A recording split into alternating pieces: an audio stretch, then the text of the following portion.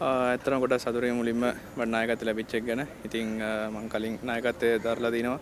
ඉතින් මේ ටූර් එක ගැන කතා කරොත් අපි මම හිතන්නේ කණ්ඩායමක් විදිහට අන්තිම සති වගේ අපි ප්‍රැක්ටිස් කරා. ඉතින් ඒක හෙඩ් කෝච් අපේ අලුත් ස්ටාෆ් එකක් ඉන්නේ. ඒගොල්ලන්ත් එක්ක අපි මේ කන්ඩිෂන් ගැන අපි මොනවද අපි කොහොමද ශ්‍රී කරන්න ඕනේ අපේ ප්ලේයර්ස්ත් එක්ක අපි කොහොමද මැනේජ් කරන්න ඕනේ හැමදාම කතා කරන් තින්නේ. ඉතින් බලද්දි අනිත් රටවල් එක වාදී ටිකක් වෙනස් තනදිලි කන්ඩිෂන් හැමදේම වෙනස්. ඉතින් අපි ඉක්මනට ගිහම ඒකට හුරු වෙන්න ඕන. කුසල් ලංකා ක්‍රිකට් වල පරිපාලන වෙනසක් කළා තියෙනවා. ඒක කොහොමද කණ්ඩායමේ ක්‍රීඩකින් බලපාලා තියෙන්නේ?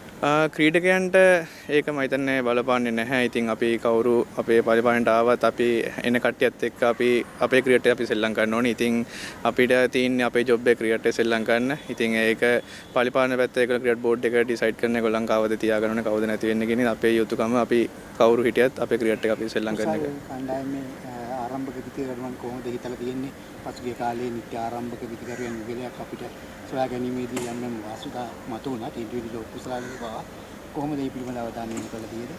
ඇත්තටම ඔව් අපි මම හිතන්නේ අන්තිම කාලේ ඕපන් කරේ පැතුමුයි කමිල් මිෂාරයි. ඉතින් ඒ දෙන්න කමිල් මිෂාර නව ක්‍රීඩකයෙක්. ඉතින් අපි යාට අවස්ථාව දෙන්න ඕනේ. යාගේ ක්ලබ් රිදම් එකට එයා සෙල්ලම් කරන එනකන්. ඉතින් ආපු ගමම ගොඩක් අමාරුයි. ඉතින් ඉන්ටර්නැෂනල් ක්‍රිකට් එකේ. ඉතින් ඒකට පැතුම් ගොඩක් යාට සහයෝගය දක්වනවා. ඉතින් මම හිතන්නේ පැතුම්ගේ ඒ කියන්නේ පැතුම් බැට් කරන විදියත් එක්ක මම හිතන්නේ කමිල්ට ගොඩක් ලේසි යාගේ ගේමේ සෙල්ලම් කරන්න. අපි යාට රෝල් එකක් දීලා තිනවා කලින් ඉඳන්ම යා කොහොමද සෙල්ලම් කරන්න ඕනේ කියන එක ගැන. ඉතින් යාට ඒ ගැන අයිඩියා එකක් තියෙනවා.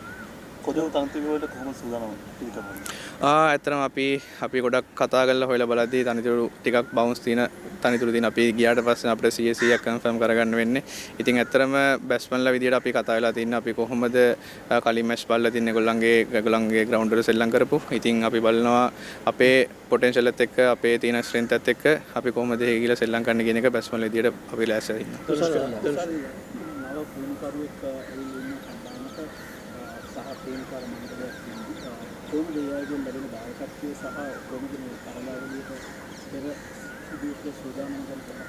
ඇත්තටම මම ගොඩක් සතුටුයි. මොකද මම සති දෙකක් වගේ අපිට තාම ඒගොල්ලන් පුහුණු කරද්දී අපිට ඒගොල්ලන්ත් එක්ක ප්‍රැක්ටිස් කරන්න ලැබුණේ. ඉතින් ඒ සති දෙක ඇතුළත මම වෙනසක් දකින්න ඒගොල්ලන්ගේ ඉස්සරහට ඒගොල්ලන් ලොකු වෙනසක් කරයි කියන එක.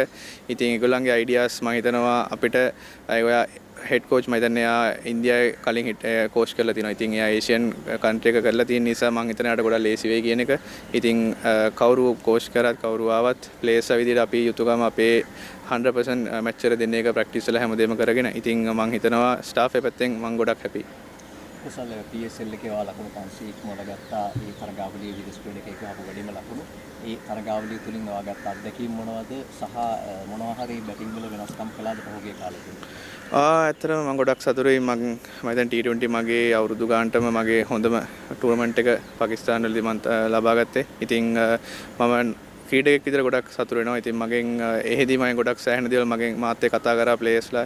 ඉතින් මගෙන් අහපු අවස්ථා තියෙනවා. ඉතින් ඇත්තටම ඒ ගැන මම මෙහෙට එද්දී මගේ කොන්ෆිඩන්ස් ලෙවල් එක ටිකක් හොඳයි. මොකද මම ලකුණු අතර ඉන්න නිසා. ඉතින් මම ලොකු වෙනසක් කරේ නැහැ. ප්‍රැක්ටිස් කරන එක වැඩි කරා. ඉතින් මම ඩීටේල්ස් ටික මගේ වීක් පොයින්ට් කොහෙද කියලා මම බලාගත්තා ගොඩක් වෙලාවට. ඉතින් මම බලනවා ඒ වගේම නැෂනල් ටීම් එකේත් ඇවිල්ලා ඒ විදිහටම සෙල්ලම් කරලා බලාපොරොත්තු වෙමින් ඉන්නවා. කුසල් සාමාන්‍යයෙන් කණ්ඩායමක් ගත්තම කණ්ඩායම ක්‍රීඩකන එක එකන එකට වෙනස්. ඒත් නායකයෙක් වුණාම ඒ අය ක්‍රීඩකයන්ට ගැලපෙන විදිහේ පොඩි ටාස්ක් නැත්නම් අභියෝග දෙනවා. ඔයා මොනවාද ඔයාගේ බෝලර්ස්ලට දීලා තියෙන්නේ මොනවාද ඔයාගේ බැට්ස්මන්ලට දීලා තියෙන්නේ මොකක්ද ඔයා බලාපොරොත්තු වෙන්නේ? ඔව් ඇත්තටම ප්ලේයින් ප්ලේයට ගත්තම කිව්වා ගොඩක් වෙනස්. ඉතින් බෝලර්ස්ලට මම ගොඩක් වෙලාට සීනියර් අපේ බෝලින් යුනිට් එකක් ඉන්නවා දුෂ්මන් චමීර අසිස් ෆර්නැන්ඩෝ ඒ දෙන්න තමයි අන්තිම කාලේ වන් ඩේස්ලා හොඳට කරලා තින්නේ. ඉතින් ඒ දෙන්නට තමයි මම ගොඩක් රෝල් එක දීලා තින්නේ බෝලින් පැත්ත බලන්න කියන එක. බැටින් පැත්ත පැතුම් ඉන්නවා. එතකොට චරිත් ඉන්නවා. එක්ස්පීරියන්ස් තියෙනවා. ඉතින් ඒ වගේ මම ඉන්නවා නායකයා විදියට. ඉතින් අපේ රෝල් එක අපි බැට්ස්මන්ලට මම කියලා තින්නේ ගොඩක් වෙලාට මැච් T20 හෝ වන් ඩේ අපි මැච් දිනන්න බැට්ස්මන්ලා හොඳ ටාගට් එක බෝලර්ස්ලට අපි ටාගට් එකක් තියන්න ඕන කියන එක. ඉතින් රෝල් එක ගොඩක් වෙලාට අපේ නව ක්‍රීඩක ඉන්නවා. ඒ වගේම වන් ඩේ මිලා රත්නායක.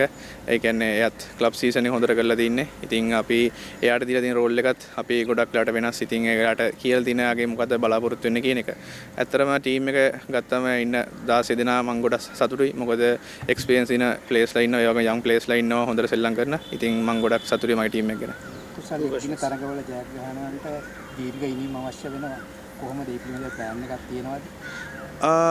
ඔව් ඇත්තටම දීර්ඝ ඉනිම අවශ්‍යයි. ඉතින් අපි බලන්න ඕනේ එදා දවසේ කොහොමද අපි ලකුණු 100ක් 120ක් ගැහුවේ නැතුණත් 50 74කින් අපිට මැච් දිනන්න පුළුවන්. ඉතින් බලන්න ඕනේ මම හැම විස්සම කියන්නේ මම කලින් ඉඳන්ම කියලා දිනේ බැට්ස්මන්ලට සෙට් එක එක්කෙනා ලොකුයක් ගහන්න ඕන. ඒත් ඊළඟට යන එක්කෙනා හිතන්න ඕන එයා බැට් කරන්න ගියත් එයාත් ලකුණු අතර ඉන්න ඕන කියන එක. ඉතින් මොකද ලකුණු 30 40 කියන එකත් ගොඩක් වැදගත්. ඕවර් රවුන්ඩ් කෙනෙක්ට හැම විස්සම ලකුණු අතර ඉන්නවා ලකුණු 50 60 ගහන්න එයාගෙන් සමඩ බලාපොරොත්තු වෙන ලකුණු 30 40. ඉතින් බැට්ස්මන්ලා විදියට ගොඩක් අයට ඒගොල්ලන් ගැන අයිඩියා එකක් තියෙනවා. ඉතින් මම බලන ඉස්සරහට ඒගොල්ලන්ගේ දක්ෂතාවය ලියලා ගන්න. කුසල් වාගේ යටතේ නායකයින් ගණනාවක් ඉන්නවා. ඒ අයදී මොන වගේ දෙයක්ද ඇත්තටම ඔව් මොකද සමහර අවස්ථාවලදී තියෙනවා නායකයා හිටියත් සමහරට සීනියර්ස්ලාගෙන් හිටපු නායකයන්ගේ අයිඩියාස් ගන්න වෙන අවස්ථා සෑහෙන්න තියෙනවා. ඉතින් මම හිතනවා ඒගොල්ලෝ මට ඔක්කොම සපෝට් කරනවා කියන එක. මොකද ඒගොල්ලන් හැමතිස්සෙම අපි බලන ටීම් එකක් විතර ජයග්‍රහණය කරන්න. ඉතින් කවුරු කැප්ටන් කරත් කවුරු සීනියර් ප්ලේයර්ස්ලා කොච්චර හිටියත් අපේ ටාගට් එකයි. අපි බලන් ඉන්නේ තරඟ ජයග්‍රහණය කරන්න. ඒ වගේම හම්බෙන හැම තරඟෙම හොඳින් ඉවර කරන්න.